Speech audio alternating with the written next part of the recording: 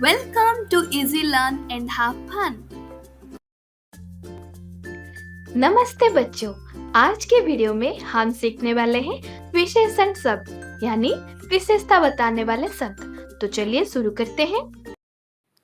एक छोटा गांव था। वहां से एक लंबी सड़क निकलती थी। वहां कुछ पालतू जानवर थे। एक गरीब महिला अपने सिर पर दही लेकर बेच रही थी। तो बच्चों यहाँ पर ध्यान दीजिए। छोटा, लंबी,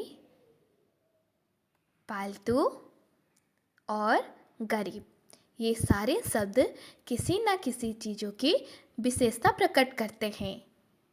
जैसे छोटा गांव के बारे में बता रहा है। लंबी जो कि सड़क के बारे में बता रही है कि सड़क कैसी है। पालतू जो कि जानवर के बारे में बता रहा है। गरीब यानी महिला के बारे में बता रहा है। ये सारे शब्द गांव, सड़क, जानवर और महिला के बारे में बता रहे हैं। तो बच्चों हमें पता है कि गांव, सड़क, जानवर, महिला आदि विशेष्य या संज्ञा कहलाते हैं और उनके बारे में जो बताते हैं यानी कि उनकी विशेषता प्रकट करते हैं उनको हम विशेषण कहेंगे। तो बच्चों हमने सीखा जो शब्द संज्ञा या सर्वनाम की विशेषता प्रकट करते हैं उन्हें विशेषण कहते हैं। विशेषण के 4 भेद होते हैं। तो चलिए देखते हैं। गुणवाचक विशेषण, संख्यावाचक विशेषण, परिमाणवाचक विशेषण, सार्वनामिक विशेषण। गुणवाचक विशेषण जो शब्द किसी व्यक्ति, वस्तु या स्थान के गुण, दोष, रंग, आकार, अवस्था और स्थान आदि को प्रकट करते हैं उन्हें गुणवाचक विशेषण कहते हैं। जैसे मेरे सारे कपड़े पुराने हो गए हैं। यहाँ पर पुराने कपड़ों के गुण के बारे में बता रहे हैं कि कपड़े कैसे हैं। कपड़े पुराने हैं तो पुराने गुणवाचक विशेषण हैं। पापा मेरे लिए नए कपड़े खरीदे। यहाँ पर कपड़े कैसे हैं? नए हैं तो नए गुणवाचक विशेषण। मेघा ने धुले कपड़ों को सुखा दिया तो कपड़ों की अवस्था कैसी है? धुला हुआ यानी धुले कपड़ों। धुले भी एक गुणवाचक विशेषण है। तनीस एक दयालु लड़का है। तनीस एक बूढ़े व्यक्ति की मदद कर रहा है तो तनीस का स्वभाव दयालु है तो दयालु एक गुणवाचक विशेषण है। चिन्मयी एक मददगार लड़की है। चिन्मयी अपनी दादी की मदद कर रही है तो चिन्मयी की गुण कैसी है? मददगार तो मददगार एक गुणवाचक विशेषण है। गांधी जी एक सच्चे इंसान थे।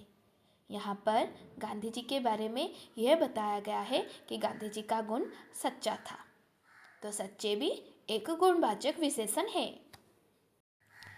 संख्यावाचक विशेषण संख्या के आधार पर संज्ञा या सर्वनाम आदि की विशेषता प्रकट करने वाले शब्द को हम संख्यावाचक विशेषण कहते हैं।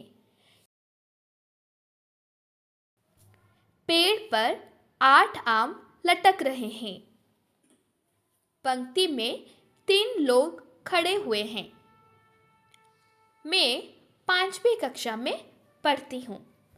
यहाँ पर 8, 3 और 5वीं तीनों ही संख्या के बारे में बता रहे हैं। कितने आम लटक रहे हैं? 8 आम लटक रहे हैं। कितने लोग खड़े हुए हैं? 3 लोग। और कौन सी कक्षा में मैं पढ़ाई करती हूँ? 5वीं कक्षा। तो ये सारे शब्द संख्यावाचक विशेषण कहलाते हैं। है ना? बहुत ही आसान।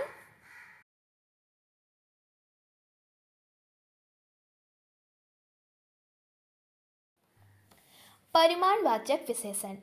मात्रा या परिमाण बताने वाले शब्दों को परिमाणवाचक विशेषण कहते हैं।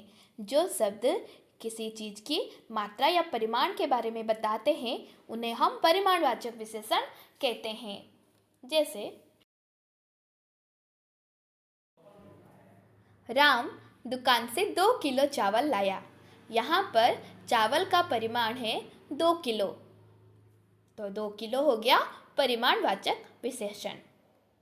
मैं रोजाना 1 लीटर दूध पीती हूँ, तो यहाँ पर 1 लीटर दूध के परिमाण के बारे में बता रहे हैं, तो 1 लीटर हो गया परिमाणवाचक विशेषण। चाय में थोड़ी चीनी डाल दो। यहाँ पर चीनी की मात्रा थोड़ी होती है, तो इसीलिए थोड़ी हो गई परिमाणवाचक विशेषण। जहाँ हम वस्तुओं को गिन सकते हैं वहाँ संख्यावाचक, और जिन वस्तुओं को हम गिन नहीं सकते वहाँ हम परिमाणवाचक विशेषण शब्द का प्रयोग करते हैं। जैसे पेड़ पर 8 आम लटक रहे हैं। हम आम को गिन सकते हैं, इसीलिए हम आम के सामने 8, जो कि एक संख्यावाचक विशेषण शब्द है, उसे प्रयोग किए हैं। चाय में थोड़ी चीनी डाल दो।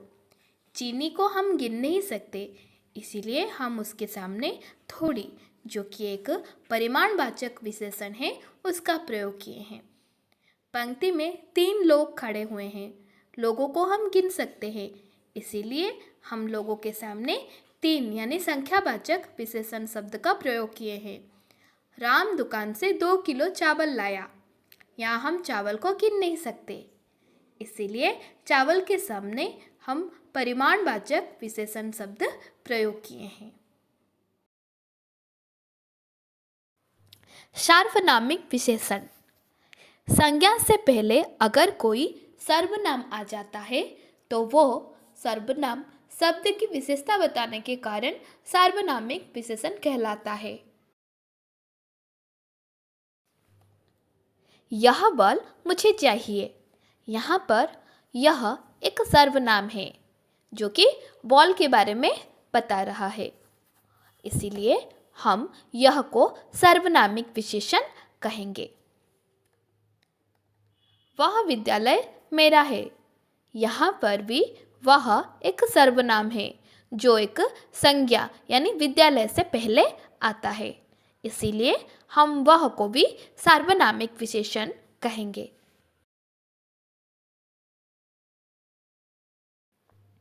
अंत में आपके लिए कुछ सवाल है। ऐसे और वीडियोस देखने के लिए चैनल को लाइक, सब्सक्राइब और शेयर करना मत भूलिएगा। मिलते हैं और एक इन्फॉर्मेटिव वीडियो के साथ।